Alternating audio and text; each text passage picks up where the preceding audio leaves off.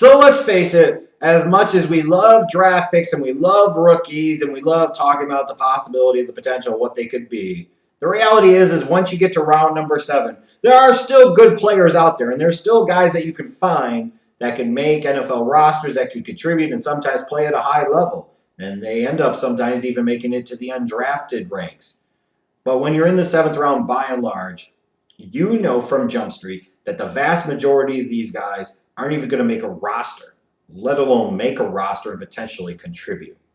So when you're at this point in time in the draft, if you whiff and you miss on guys, so be it. At least make sure you whiffed and missed on something worth missing on. And I got to tell you, Steven Denmark, the corner from Valdosta State, was worth swinging for the fences on. Again, when you get to the 7th round, you're talking about prospects that potentially have a lot of flaws or some very notable flaws, or they're incredibly raw, or whatever the case is. Steven Denmark has all of that. He's very, very flawed as a prospect. He has a lot of holes and gaps in his game that I'm not sure will ever get addressed and ever be able to be fixed. But again, you're talking about the 7th round. And when you look at some of the value players that the Bears got, like when Coach Matt Nagy said that he felt the Bears got really good bang for their buck out of this draft class, I would totally agree with him. You put yourself in a position in the 7th round to gamble on a high upside athlete like this. It's not every day in round 7 you could take a guy who started his career at wide receiver and then eventually shifted over to corner that is 6'3", legit, 220 plus pounds legit, looks like a freaking Greek god legit, and runs in the mid 4.4s, which he did at his pro day twice. You think about that and you dream and you fantasize.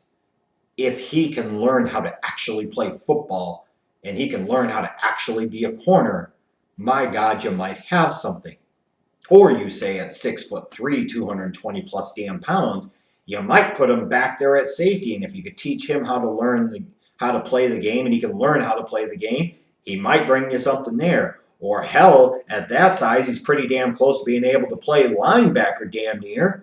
You might think about flipping positions. The bottom line I'm getting at is when you look at him, he's one of those size guys, speed guys, the size, height, weight, speed. He's an HWS, height, weight, speed type of guy.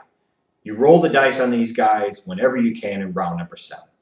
Because if they ever pan out, it makes for a great story and you look like a genius. If they don't pan out, then in 3 years you'll be like, oh yeah, I remember that guy. Wasn't he the guy that was huge that could fly?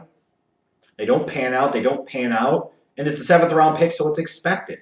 But when you look at Steven Denmark, again, you talk about 6'3", legit 220 plus pounds.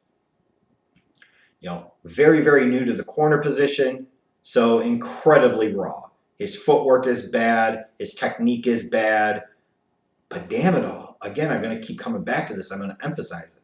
The dude is 6'3", 220 plus pounds and runs in the mid 4.4s. You can fucks with that, as the kids would say. You can mess with that. And you can be patient and work with that.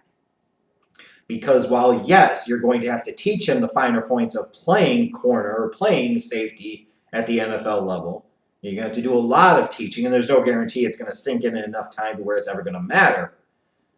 You can't teach 6'3", 220 plus pounds. You can't teach mid 4.4 speed. And if you can mold him and customize him in any shape or form, then you could have something. When I look at Steven Denmark right now, he's not a guy that you would see making the 53-man roster. There's just no way.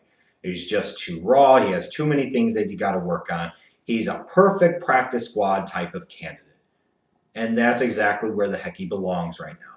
Put him on the practice squad, coach him up in 2019, maybe you have to do the same thing in 2020 because he is going to require a lot of work, again, with no promise that it is ever going to pay off.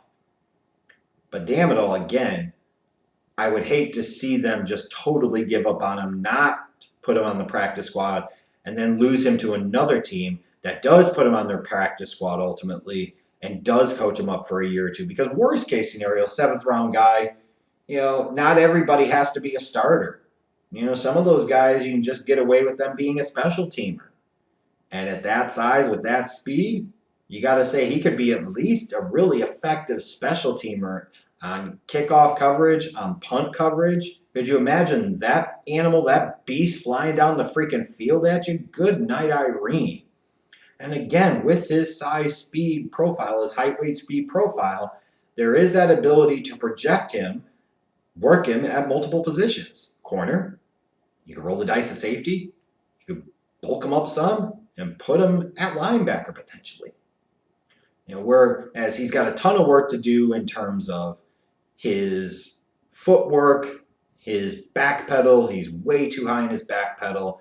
That size and length and strength that he has, he could better utilize in terms of in-press coverage. He plays with the physicality. He's got some nasty to him. He's demonstrated in flash based off of what I saw, a little bit of ball skills. He's a big lump of clay, big athletic lump of clay that you can try and work with and try and mold. And if it doesn't work, it doesn't work.